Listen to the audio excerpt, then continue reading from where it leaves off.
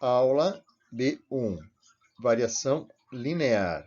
Relações matemáticas. Para entender o que é uma relação matemática, eu vou começar a falar de como é que a física busca essas relações entre as grandezas físicas. Em primeiro lugar, existem grandezas que para a física não interessam, são aquelas que não têm relação. Por exemplo, não creio que exista uma relação entre a altura de um aluno e a sua nota em física. Eu posso ter alunos baixinhos, pequeninhos, com boas notas em física, e eu posso ter alunos grandalhões, enormes, com boas notas em física. Assim como eu posso ter dos dois tipos de aluno com notas ruins em física. Então não existe uma razão para ter uma relação direta ou indireta entre a altura do aluno e a sua nota na disciplina de física. Outro conjunto que interessa muito a física são as grandezas relacionadas. Um exemplo: existe uma relação entre a velocidade e o tempo de uma viagem. Então, se eu preciso viajar de uma cidade para outra, o tempo que eu vou levar nesta viagem depende da velocidade com a qual eu vou viajar e vice-versa. Então, essas são grandezas relacionadas. Numa alavanca, a força que eu tenho que fazer depende do tamanho da alavanca. Então, essas são grandezas físicas que têm relação e essas sim vão interessar nessa disciplina. Aí eu falo num outro conjunto de grandezas, que são as grandezas independentes e as grandezas dependentes. Então, a grandeza independente é aquela cujo valor eu posso escolher. Por exemplo, se eu vou fazer uma viagem entre duas cidades, eu posso escolher que eu vou andar a 80 km por hora. Então, essa é a minha grandeza independente. Eu escolhi a velocidade. Ou eu posso decidir que eu quero chegar em um determinado tempo. Então, a minha grandeza independente vai ser o tempo. E a segunda grandeza é a grandeza dependente. Isso é aquela cujo valor vai depender da grandeza independente. Então, se eu escolher que eu quero fazer uma viagem entre duas cidades em um determinado tempo, a velocidade que eu vou ter que viajar depende desta escolha. Ou, se eu decidir que eu vou fazer a viagem com uma certa velocidade, o tempo que eu vou levar nesta viagem vai depender da velocidade que eu escolhi andar. A natureza não define quem é independente e quem é dependente. Então, nesse exemplo, ficou claro, eu posso escolher tanto a velocidade que eu vou viajar, ou eu posso escolher o tempo que eu vou levar para viajar. Mas se eu quero fazer uma determinada viagem de 300 quilômetros, eu não vou poder escolher andar a 80 km por hora e ao mesmo tempo querer chegar em uma hora. Não dá. Mas eu posso escolher a velocidade, e nesse caso, o tempo depende da velocidade que eu escolhi. Ou eu posso decidir a hora que eu quero chegar, e neste caso, a velocidade que eu vou ter que andar depende desta hora que eu quero chegar. Na natureza, então, não existe uma relação clara de quem é a grandeza dependente e quem é a grandeza independente. Mas existem convenções matemáticas, e uma delas que vai nos atingir muito neste ano, na cinemática, é que, para análise da cinemática, se convencionou tratar sempre o tempo como a grandeza independente. Então, todos os gráficos de cinemática que a gente faz, o tempo vai ser colocado no eixo horizontal, isso é, no eixo dos y, dos x. As primeiras relações que nós vamos então estudar são a proporção direta e a variação linear. A proporção direta, ela tem a seguinte característica: se eu dobrar a grandeza independente, a grandeza dependente também dobra. Por exemplo, vou fazer uma viagem, vou viajar durante uma hora. A distância que eu vou percorrer depende da velocidade. Se eu andar com uma velocidade de 10 metros por segundo, eu vou percorrer 36 km. Se eu dobrar e andar a 20 metros por segundo, eu vou andar o dobro de distância, e se eu triplicar a velocidade, eu vou andar o triplo da distância, e assim por diante. Ou se eu vou no mercado, o valor que eu vou pagar depende da quantidade de produto que eu compro. Por exemplo, se eu comprar meio quilo de banana, eu pago um valor. Se eu comprar 1 quilo de banana, eu vou pagar o dobro do valor. Se eu quiser comprar 1,5 kg, eu vou pagar 3 vezes o valor que eu pagaria por meio quilo, e assim por diante. Então, ali existe uma proporção direta. Então, se eu representar esta relação entre a grandeza independente e a grandeza dependente num gráfico, eu vou ter um gráfico desta forma, com essa aparência aqui. Então, marquei os pontos dos valores que eu obtive medindo, e eu consigo passar uma linha reta que praticamente une estes pontos. E essa linha reta está apontando para a origem, para o ponto 00. Então, neste caso, eu posso calcular uma constante proporcionalidade dividindo a grandeza dependente pela grandeza independente. O significado desta constante de proporcionalidade depende das características da situação que eu estou estudando. No caso, que eu comentei, o preço das bananas. Se eu dividir a grandeza dependente, o preço que eu tenho que pagar, pela grandeza independente, o peso que eu escolhi de bananas para comprar, eu vou descobrir o preço de 1 quilo de banana. E eu tenho uma equação característica que me permite calcular a grandeza independente em função da grandeza dependente. No caso da proporção direta, a grandeza independente, a grandeza dependente é igual à constante de proporcionalidade vezes o valor da grandeza independente. A variação linear, se o x dobra, o y vai aumentar. Um exemplo disto é o tamanho de uma mola. Se eu aplicar uma força em uma mola, ela vai aumentar o seu tamanho. Mas se eu colocar 50 gramas força, eu posso medir o tamanho. Se eu dobrar o valor da força, a mola vai aumentar de tamanho, mas não vai necessariamente dobrar de tamanho, porque a mola já tem um comprimento inicial, um comprimento natural dela, sem aplicação de nenhuma força. Então, nesse caso, se eu fizer o gráfico da grandeza independente em função da grandeza dependente, colocar todos os pontos das medidas no gráfico, eu vou encontrar um conjunto de pontos. Também vou poder passar uma linha reta que une estes pontos, mas esta linha reta não aponta para a origem, para o ponto 00. Então, por todos os pontos ficarem sobre uma linha reta, é que essa relação recebe o nome de variação linear. A constante de proporcionalidade, neste caso, é calculada se dividindo a variação da grandeza dependente pela variação da grandeza dependente. Ou seja, eu pego o valor final da grandeza dependente, desconto um valor inicial da grandeza dependente e depois divido pela diferença entre o valor final e o valor inicial da grandeza independente.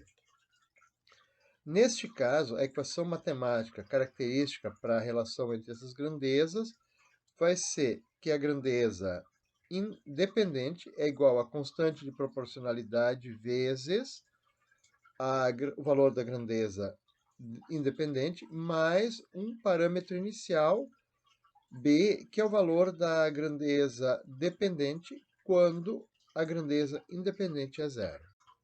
Então, como a física é uma ciência que faz medida, nós vamos pegar uma situação para analisar fazendo medidas. Eu quero estudar a relação entre o volume de líquido que tem em um copo e o peso deste copo. Então, essa é uma demonstração experimental que pode ser feita em aulas presenciais, mas que aqui eu vou ter que só comentar os resultados das medidas. Então, eu queria fazer uma tabela com 5 medidas, então ela precisa ter 8 linhas e 6 colunas. Na primeira coluna, eu vou numerar, identificar que vai o número e colocar a numeração de 1 até 5, que é o número de medidas que eu quero fazer. Na segunda coluna, eu coloco uma das grandezas que eu quero medir, no caso, a grandeza independente, o volume. Na segunda coluna, eu vou colocar o peso, que vai ser a minha grandeza dependente. A quarta coluna vai ser reservada à constante de proporcionalidade. Depois dessa constante eu vou fazer a soma em média. Eu não vou fazer a soma em média do volume e do peso, porque essas grandezas eu vou estar mudando propositadamente para poder estudar a relação entre elas. Então, como eu estou mudando elas de propósito, não há razão para eu calcular o valor médio dessas grandezas. Então, duas colunas, uma para calcular o desvio e o desvio ao quadrado e poder descobrir o desvio padrão. Então, vou começar as medidas colocando 100 ml de líquido dentro do copo. Depois de fazer isso, o copo é pesado e eu encontrei um valor de 190,4 gramas. Coloquei mais 100 ml de líquido no copo, então agora o copo está com 200 ml e vou fazer nova pesagem. Vai dar 270,9. Acrescento mais 100 ml de líquido no copo e faço nova pesagem. Vou para 400 ml de líquido no copo e vou fazer nova pesagem. Depois eu coloco mais 100 para chegar em 500 ml no copo e faço a última pesagem. Então eu tenho 5 pesagens do copo com quantidades diferentes de líquido. E a partir dessas medidas, então eu vou poder estudar a relação entre o peso e o volume de líquido que eu coloquei no copo. Então agora vamos construir o gráfico do peso em função do volume. Então, numa folha branca, eu vou traçar uma linha horizontal, o eixo das grandezas independentes, orientado para a direita com uma seta, e perpendicularmente a essa primeira linha, uma linha vertical orientada para cima. A linha horizontal eu vou identificar com a grandeza independente, que é o volume, colocado do lado que ele está medido em milímetros. E o eixo vertical eu vou identificar com a grandeza dependente, que é o peso, colocado do lado entre parênteses, que o peso foi medido em gramas-força. Cada eixo vai ser marcado de centímetro em centímetro, usando uma régua. E depois eu tenho que escolher uma escala.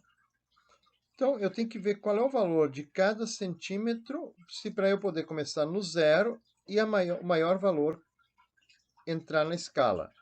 Se eu for de 1 em 1 no volume, eu vou chegar aqui até 12 e eu não vou conseguir colocar todos os valores de volume, não vou chegar em 500. Se eu for de 50 em 50, eu vou ter 50, 100, 150, 200, poderia chegar até 600. Então essa é uma boa escala, porque vai caber todas as medidas no meu gráfico.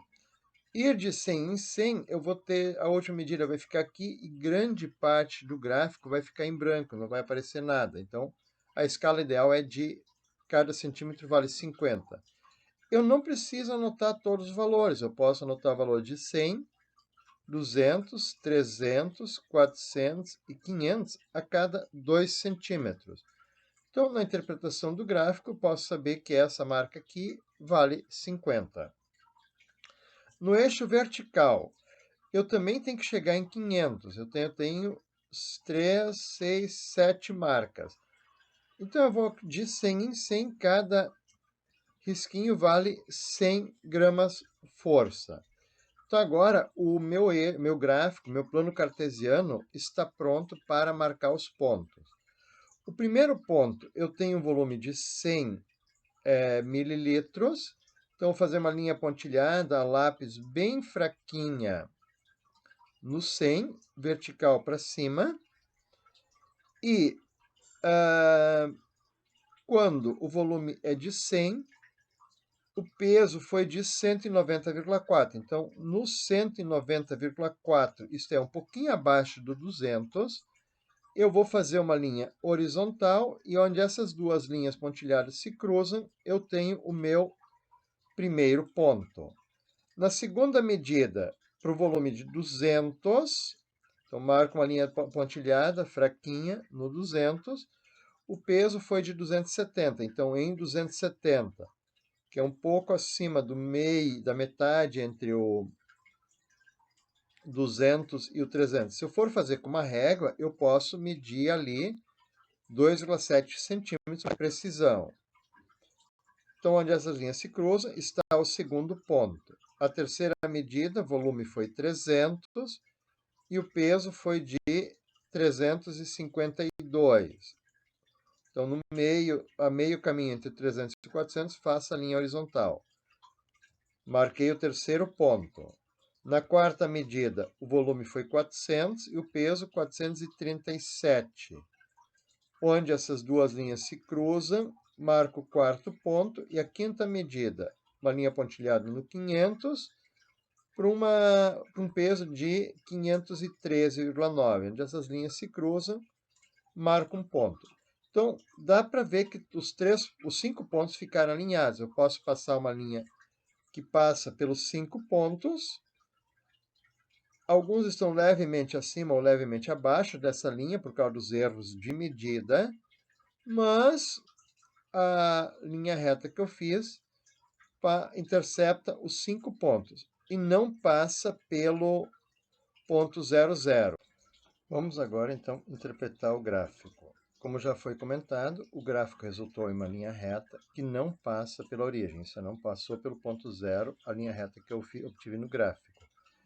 Isto significa que a relação matemática entre o peso e volume é uma variação linear. Então, para calcular a constante proporcionalidade, eu vou ter que usar a equação em que a constante proporcionalidade é a variação da grandeza dependente dividida pela variação da grandeza independente. No caso da relação entre o peso e o volume, a minha grandeza dependente é o peso e a minha grandeza independente é o volume. Então, a minha constante proporcionalidade vai ser a variação do peso dividido pela variação do volume, ou seja, um peso final menos um peso inicial, dividido por um volume final menos um volume inicial. Então, é essa fórmula que eu vou usar para calcular a constante de proporcionalidade na tabela. Para calcular a constante, eu vou pegar a tabela a partir do ponto que nós paramos ela há pouco e começar a calcular a constante. Na primeira linha, eu não consigo calcular a constante porque eu não tenho uma linha anterior, eu tenho que fazer a medida menos o valor inicial, e como não existe um valor anterior para chamar de inicial, eu não tenho constante na linha 1. Na segunda linha, eu vou pegar e descontar a primeira linha, então eu vou fazer 270,9 menos 190,4 igual, e eu vou dividir por 200 menos 100. Então, eu vou dividir por 100.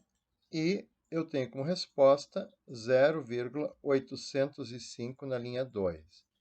Na linha 3, eu vou pegar 352,8 menos a primeira linha 190,4, tá? Então deu 162,4 e eu vou dividir por 300 menos 100, ou seja, eu vou dividir por 200.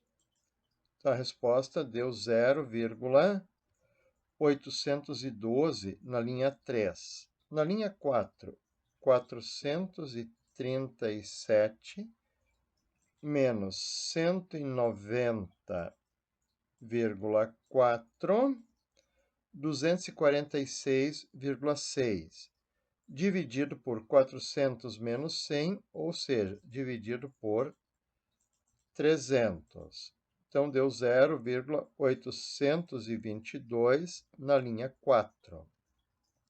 E na linha 5, 513,9 menos 190,4, 323,5, dividido por 500 menos 100, isto é, dividido por 400, a linha 5 vai dar 58075, que eu vou arredondar para 0,809.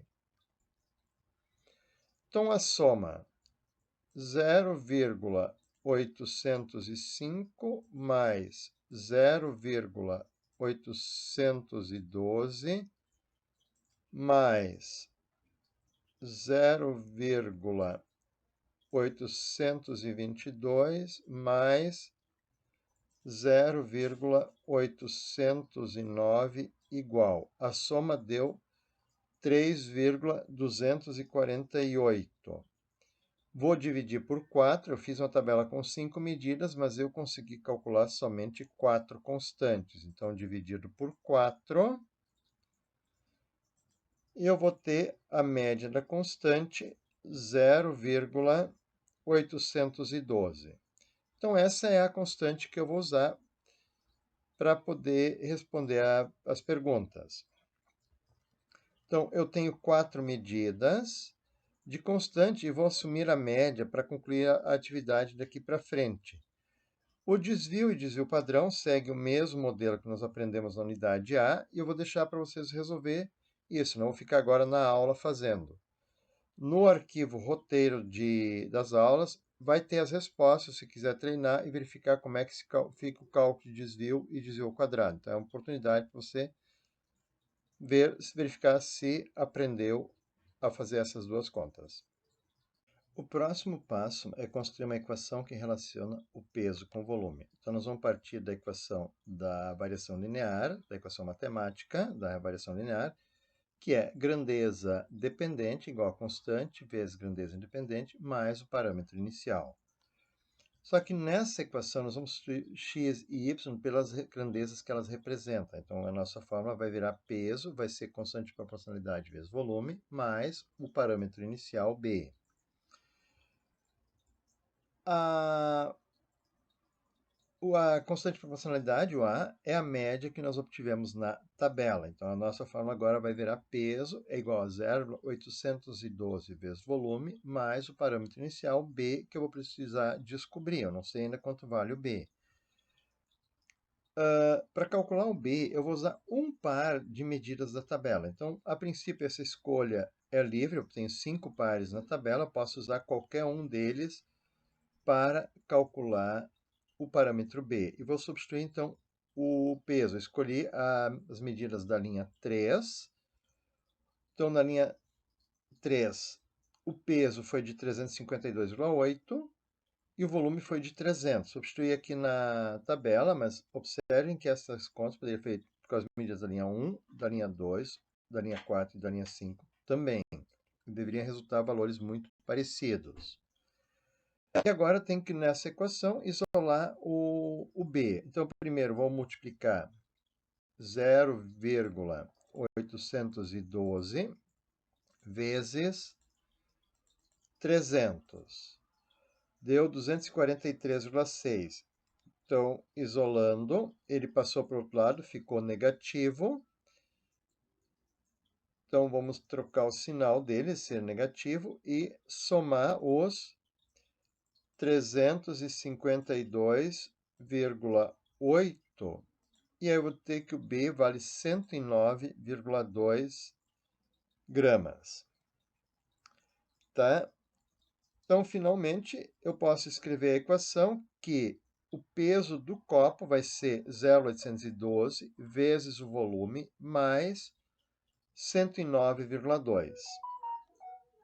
Então, esse parâmetro inicial aqui é o peso do copo vazio. E o 0,812 é a densidade do líquido que está sendo colocado no copo. Então, nesse caso, dessa experiência, esse é o significado das duas coisas calculadas, da constante de proporcionalidade e do parâmetro inicial. Vou resumir algumas considerações importantes sobre o que nós calculamos até agora. Primeiro, usando todas as medidas, nós podemos calcular mais valores para B, mas todos eles serão parecidos. Já tinha comentado isso antes. Então, cada linha me permite calcular um valor diferente de B. Poderia repetir, calcular os 5 valores de B e fazer a média para ter um valor mais confiável, mas a diferença entre os estados não seria tão grande. Matematicamente, o B é o valor da grandeza dependente quando o valor da grandeza independente é zero. Então, esse seria o peso do copo sem nenhum líquido, ou seja, o peso do copo vazio. Então, nesse experimento, o B é o peso quando o volume do copo é zero, o peso do copo vazio. Nesse experimento, A é a densidade do líquido colocado no copo. Então, eu já comentei isso.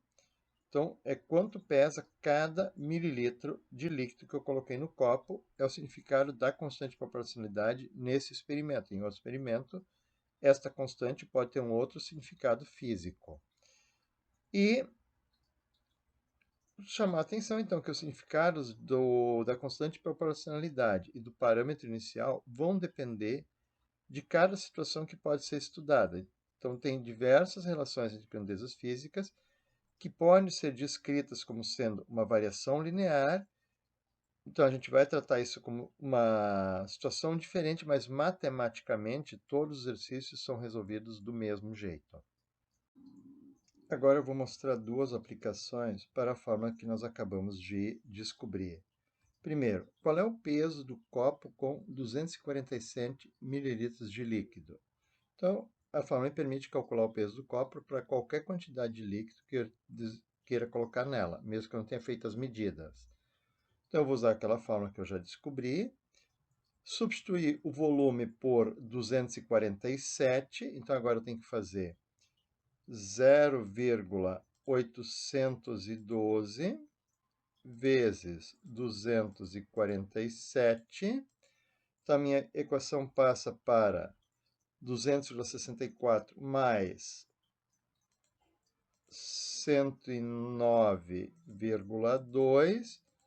E eu descobri que, com 247 mililitros de líquido, o copo deve pesar 309,764, arredondado 309,8 gramas força.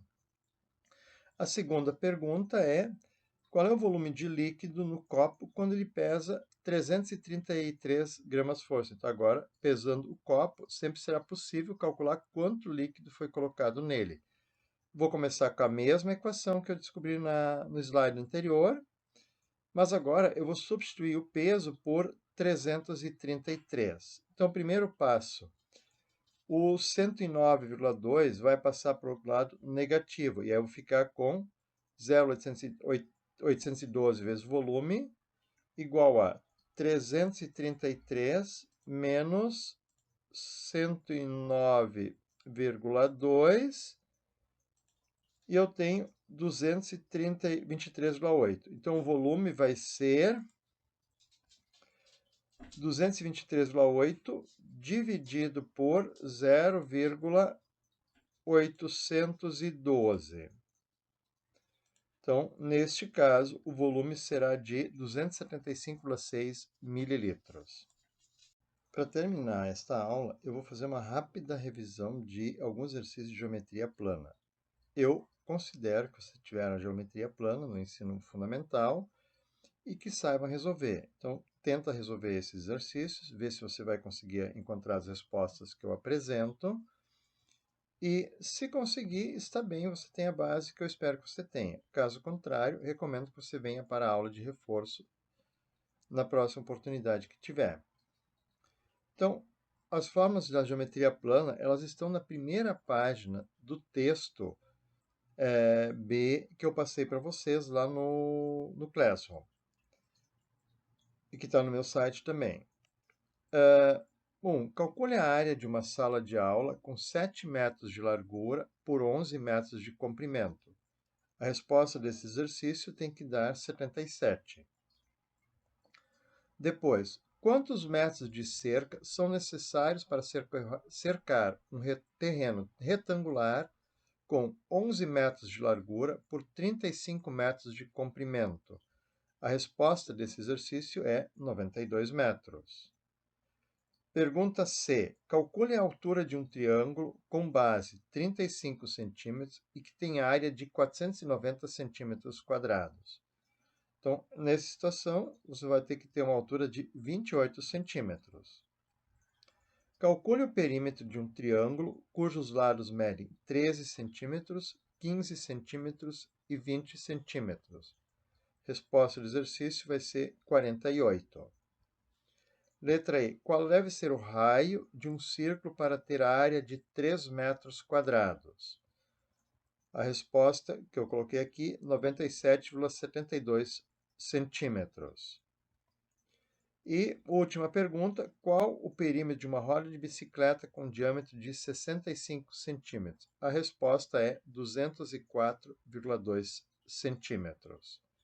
Então, são 6 perguntas que fazem uma rápida revisão de geometria plana, não são difíceis de resolver, e se você conseguir resolver, é isso que eu espero que você já tenha como um conhecimento prévio para fazer a disciplina de física.